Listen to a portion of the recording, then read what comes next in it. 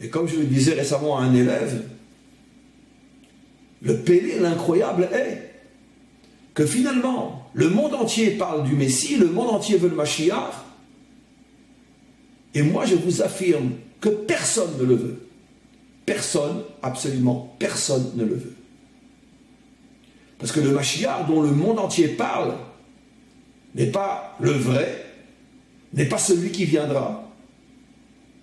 Parce que le vrai, celui qui viendra, va tellement déstabiliser, bouleverser, révolutionner, déranger l'humanité tout entière, que dans un premier temps, lorsqu'il se révélera, personne, absolument personne n'en voudra.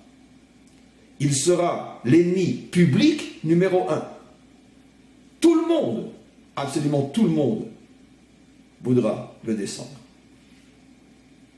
Comme jamais personne dans toute l'histoire du monde. Le seul véritable ennemi du monde tel qu'il est aujourd'hui et tel qu'il a toujours été jusqu'à la délivrance finale est le Mashiach lui-même. Parce que ce sera le premier vrai grand déstabilisateur, le premier vrai grand révolutionnaire qui fera la première vraie grande révolution. Il va tout ficher en l'air.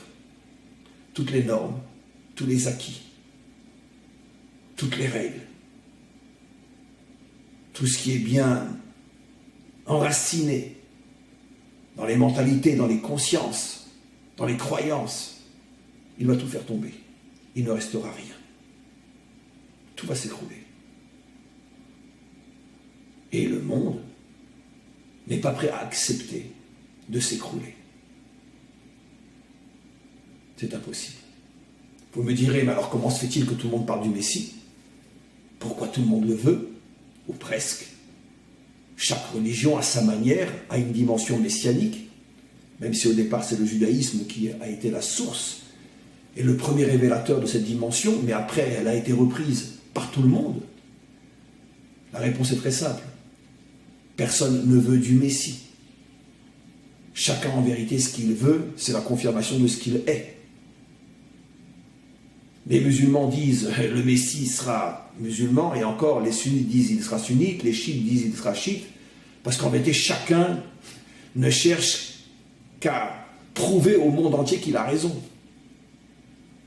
C'est en vérité la projection de son nombril. Les chrétiens, qu'ils soient catholiques, protestants, peu importe, chacun a son Messie, à sa manière, bien sûr, avec moins de nuances, parce que bon, les chrétiens appellent tous le Messie du même nom, mais quoi qu'il en soit, c'est pas le Messie qu'ils veulent, c'est la confirmation vue et reconnue par tous que c'est eux qui avaient raison. Les Juifs veulent le Messie. Dans leur grande majorité, chaque faction du judaïsme veut finalement un Messie qui lui ressemble pour prouver au monde entier, vous voyez, et surtout aux Juifs d'abord, vous voyez, c'est nous qui avions raison, hein, c'est nous les vrais serviteurs de Dieu, hein, c'est notre façon de comprendre la Torah qui est juste. Regardez, le Messie, il appartient à la même tendance que nous.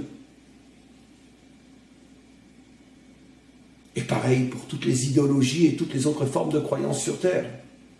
C'est pas le Messie qu'on veut.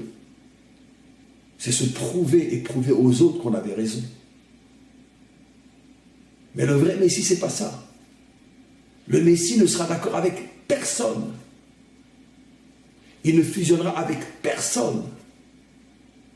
Et surtout pas avec ceux qui pensaient être comme lui, ou lui comme eux.